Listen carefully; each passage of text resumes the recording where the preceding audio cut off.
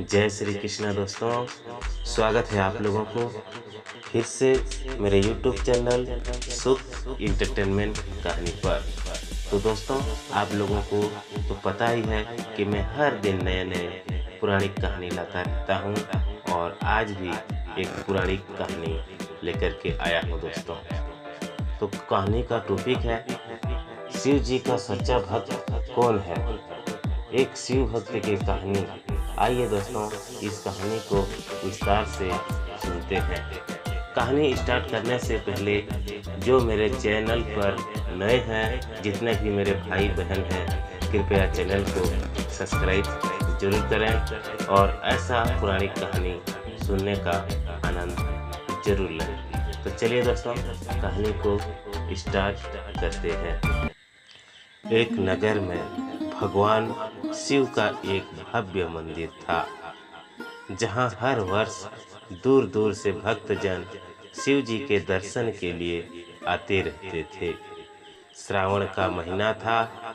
दूर दूर से कावड़िए कावड़ लेकर भगवान शिव को जल अभिषेक करने आए हुए थे। मंदिर का परिसर भक्तों की भीड़ से भरा हुआ था। तभी अचानक आकाश से बिजलियां हुई और सोने का एक ढाल उतरा।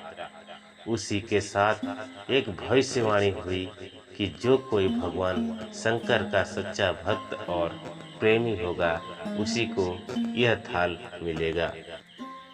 मंदिर के परिसर में उपस्थित सभी लोगों ने यह भविष्यवाणी सुनी। धीरे धीरे सभी इकट्ठे हो गए।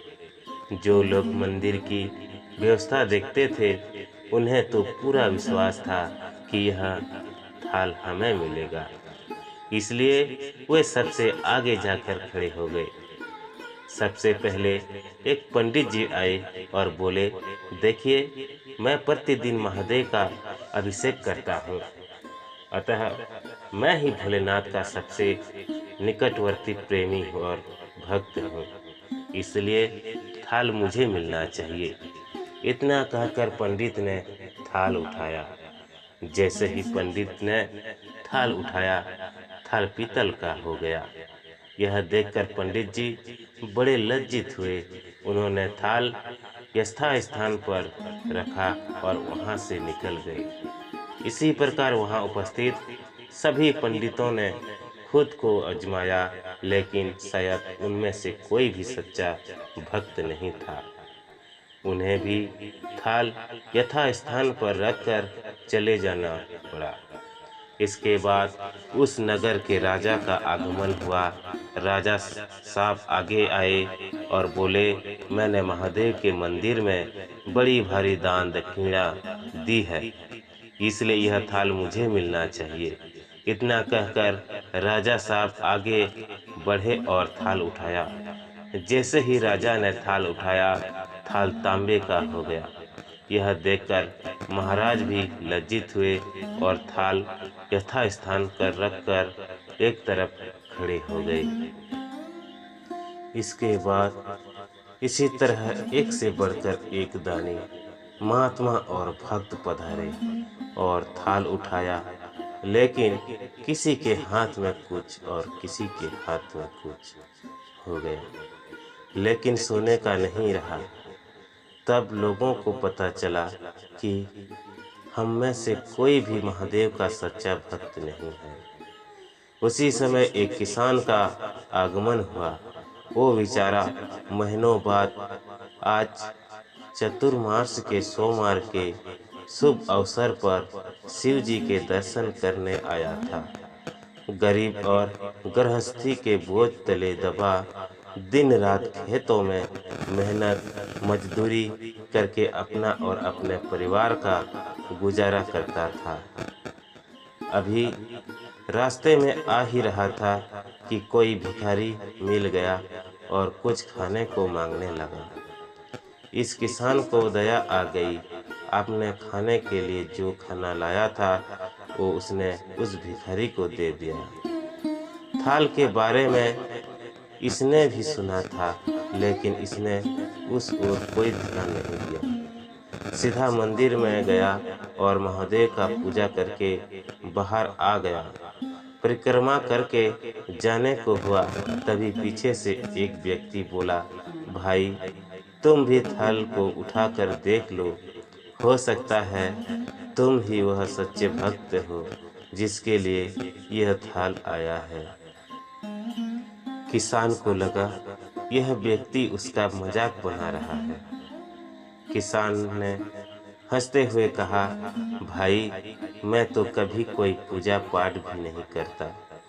महीनों के एकाध बार मंदिर आ जाता है। मैं काहे का सच्चा भक्त। वह अजनबी बोला, भाई हम तो देख चुके हैं, हमारी भक्ति तो 2 कौड़ी का भी नहीं है।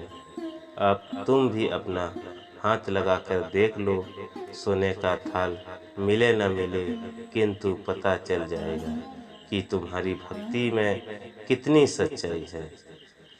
लोगों के बहुत आग्रह करने पर आखिर उस भोले भाले किसान ने जाकर थाल उठा ही लिया।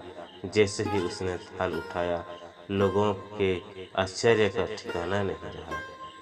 सोने का थाल रोशनी से चमचमाने लगा। यह देख सब लोगों में खुशियों की लहर दौड़ गई। सभी लोग उसके जयकारे लगाने लगे और पूछने लगे कि भाई तुम ही सच्चे भक्त हो, अब हमें भी बता दो कि कैसी भक्ति करते हो जिसे महादेव तुमसे इतने प्रसन्न हैं।